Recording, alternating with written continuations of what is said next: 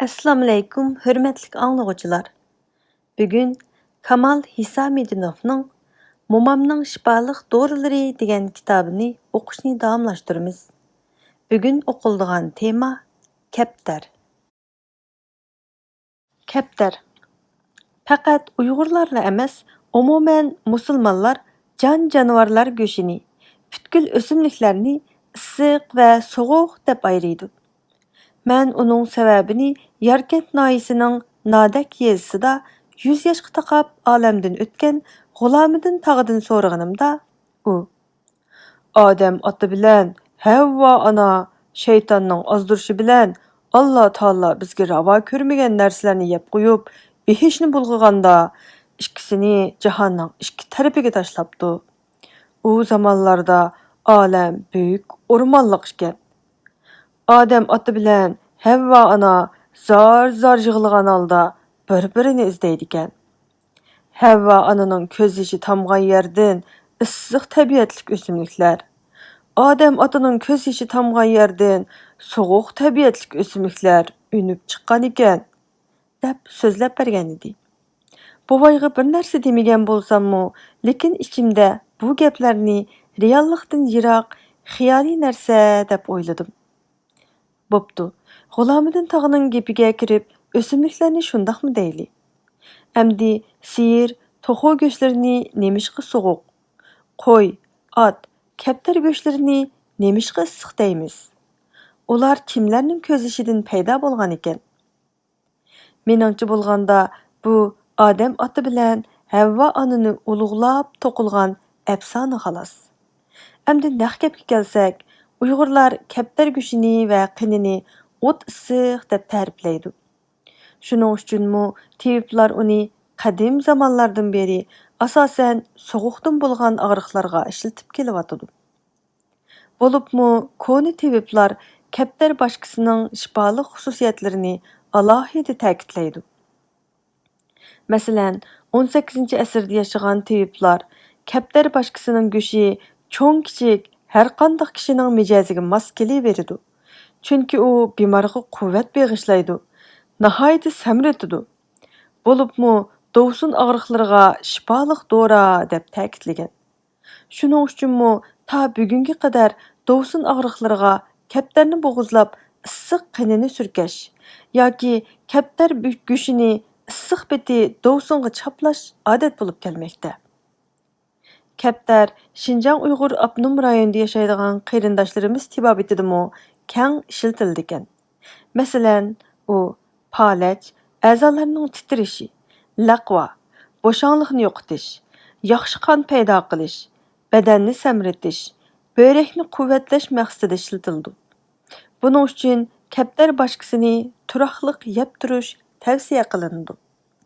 Shundala uning unumini ko'rgili bo'ladi. Men esimni bilgandan ta mushu kamgacha ilgiriki Kengash ittifoqi zaminida yashayotgan Uyg'urlar orasida kaptarni Şinjandagi qarindoshlardek keng ko'lamda ishlatganini ko'rmadim.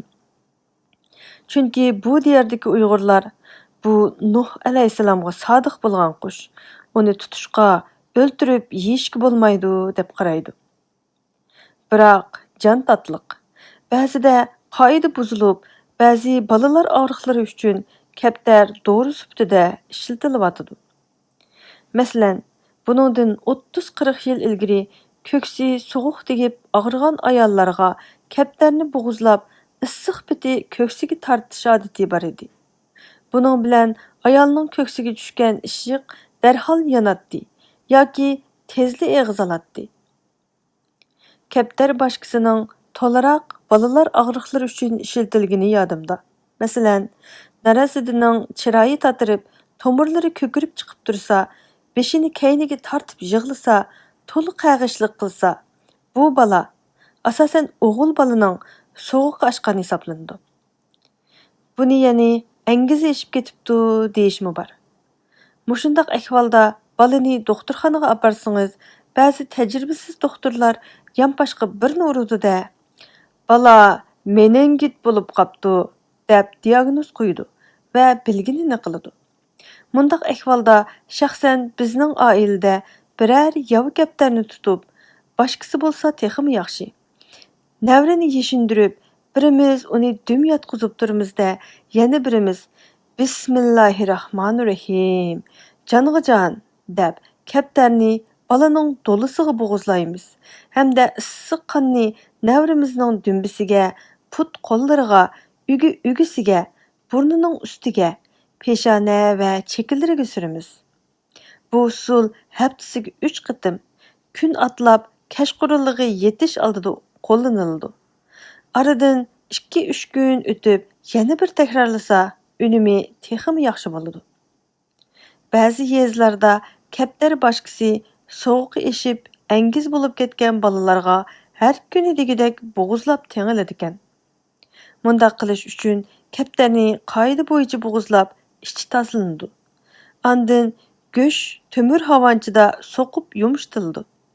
Balkim bu usulning unumi texmi yuqoridir. Biroq men uningga qarshi. Chunki qancha so'qilgan bilanmi kaptar boshqasining so'ngaklari baribir talqandek uvulinib ketmaydi. Shunga bola midirliganda ustixon qiyindilarining balaning yumron bandiga sanjilib jarohatlantirishi, kutilmagan boshqa bir og'riqni keltirib chiqarishi ehtimol. Shunga bundaq usulda dori qilganda nihoyat ehtiyot qilish kerak. Xalq tibobitida faqat kaptarning qini o'zi ishlatildi desam, bir taraflama fikr qilgan bo'lurman.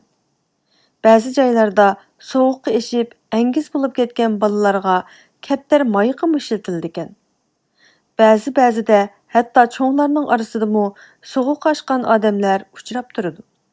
Shundaqlargami kaptar mayiqini ishlasa bo'lamdigandi deb o'ylab yuratdim. Bilib, ishlatsa bo'lmaydigan narsa yo'q o'xshaydi. Mening bu savolimning javobini mushu yaqinda xo'shnam Hoji Muhammad aytib berdi. Turmushda bir puti yoki har 2 puti so'ngichidan tortib tuvanga qarab og'riydigan, mingish turishi og'irlashgan odamlar uchrab qoladi. Undaqlarga dal kaptar mayiqi dori ishkan. Hoji Muhammadning hikoyasini anglab boqayli. Qaysi yil ishkanligi aniq esimda yo'q. Men u chog'da texi bola edim, dedi u. Akamning to'yi bo'ldi. 1 yil o'tar o'tmayla yengam 2 putini bosolmay o'ltiribli qoldi. Men sizga g'uljida bo'lgan voqeani so'zlab beryapman jumu. Tiyiblarga ilib bordik, natija bermadi. Keyin tonuşlarning yordamida Sovet konsulxonasining og'riqxonasiga o'rinlashtirdik. Yana o'zgarish bo'lmadi. Bechora qiz nihoyat qattiq dard tortdi. Hammasila sovuq oshqan deydi-yu, qo'lidan ish kelmaydi. Anam rahmeti birsidan angladimi yoki o'zi bilib qildimi bilmayman. Meni kaptar mayiqi tepib kelishga avatdi.